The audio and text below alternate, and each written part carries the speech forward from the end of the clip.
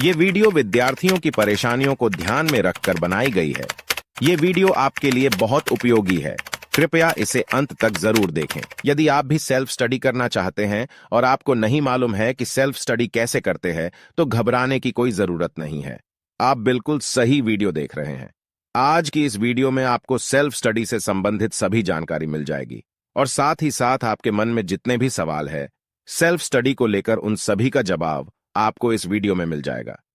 तो हेलो दोस्तों, मेरा नाम है यश और स्वागत है आपके अपने चैनल K2 फैक्ट्स फैक्ट्री पर। दोस्तों, सेल्फ स्टडी करने के लिए आपको कुछ नियमों का पालन करना होगा, जिनको हम पॉइंट के माध्यम से समझेंगे। नंबर 1, आप अपना लक्ष्य निर्धारित करें।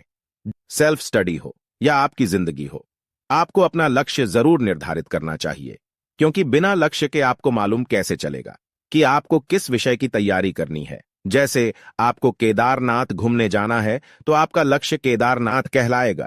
यदि आपको मालूम ही नहीं है कि घूमने कहां जाना है, तो आप कभी घूम ही नहीं पाओगे और अपनी जिंदगी में खाली पीली भटकते रहोगे।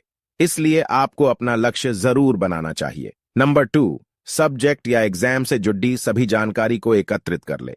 चाहे आप 10th क्लास में हो, 12th क्लास में हो, या आप कॉलेज में हो, या आप MPPSC, UPSC, CRPF, SSC, JEE या किसी भी एग्जाम की तैयारी कर रहे हो या करने वाले हो, आपको इन विषयों का चुनाव करने के बाद इनसे जुड़ी सभी जानकारी इकट्ठा कर ले। जैसे स्टडी मटेरियल आपको कहां से मिलेगा, किस पब्लिशर की पुस्तक अच्छी है, एग्जाम कब होंगे, कैसे होंगे, उसमें किन किन चीजों की रिक्वायरमेंट्स है, इन सभी चीजों की जानकारी आपको जुटानी पड़ेगी। नंबर 3, पढ़ाई का शेड्यूल या प्लानिंग जरूर बनाएं। जी हां बच्चों, पढ़ाई का शेड्यूल बनाना बहुत ज्यादा जरूरी है, क्योंकि यही वो चीज है जो आपको बताएगी कि आपको कब क्या पढ़ना है, कैसे पढ़ना है, कितने समय के लिए पढ़ना है और उसका रिवीजन कब और कैसे करना है।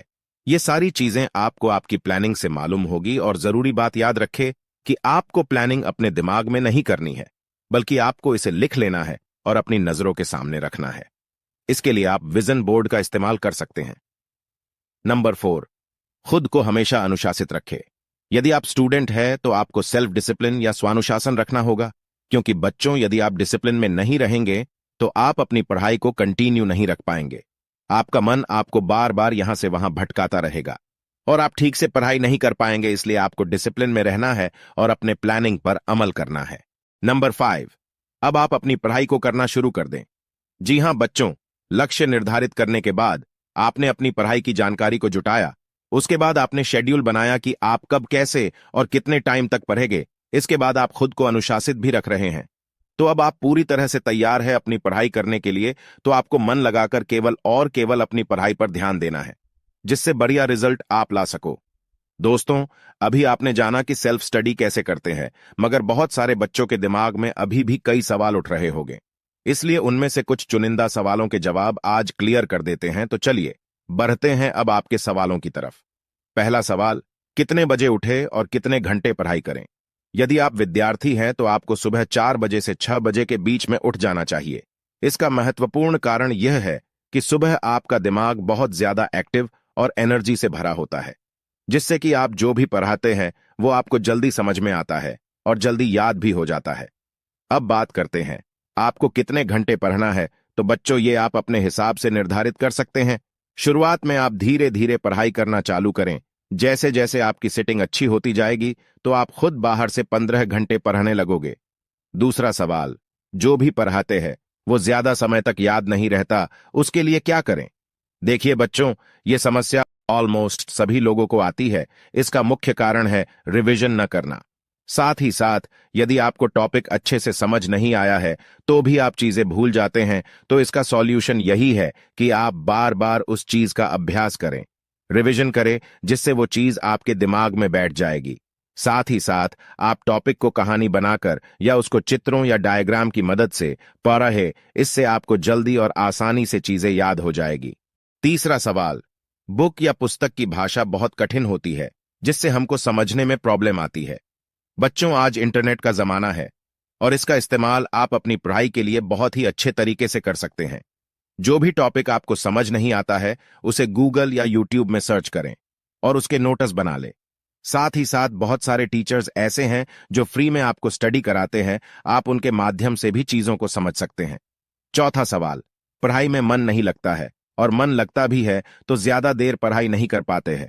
ऐसा इसलिए होता है क्योंकि आप जोश जोश में पहले ही दिन इतनी ज्यादा पढ़ाई कर लेते हो कि दूसरे दिन आपका मन यहां वहां भागने लगता है। बच्चों, इसका सिंपल फंडा यही है कि आप धीरे धीरे अपनी पढ़ाई की शुरुआत करें और बीच बीच में 10 से 15 मिनट का ब्रेक लेते रहे, जिससे कि आपका दिमाग फ्रेश हो जाएगा और आपका मन पढ़ाई में भी लगेगा। और सबसे जरूरी बात यह है कि आपको यहां वहां की बातों से बचना है और जितना हो सके अपनी पढ़ाई से जुड़ी बातें ही लोगों से करें, ताकि आपके दिमाग को सिग्नल मिलता रहे कि पढ़ाई आपके लिए बहुत इंपॉर्टेंट है। 5वां सवाल, परीक्षा के समय पेपर देखकर घबरा जाते हैं और सब पढ़ा हुआ भूल जाते हैं। यह समस्या आत्मविश्वास से जुड़ी है। ऐसा तभी होता है जब आपका आत्मविश्वास कमजोर हो या आपने तैयारी ठीक से नहीं करी हो। तो चिंता मत करें। आत्मविश्वास बढ़ाने के लिए आप रोज 15 से 20 मिनट मेडिटेशन करें और ज्यादा से ज्यादा ओल्ड पेपर सॉल्व करें, जिससे कि आपकी प्रैक्टिस के साथ साथ एग्जाम में लिखने का अनुभव भी मिलेगा और आपका आत्मविश्वास भी बढ़ेगा। तो बच्चों, उम्मीद करता हूं आपको इस वीडियो से जरूर मदद मिली होगी। यदि वीडियो अच्छी लगी है तो एक लाइक आप अपनी तरफ से मुझे दे सकते हैं। साथ ही साथ आपने अभी तक हमारे चैनल को सब्सक्राइब नहीं किया है तो जल्दी से इसे सब्सक्राइब करें। मैं मिलता हूं आपसे अगली वीडियो में।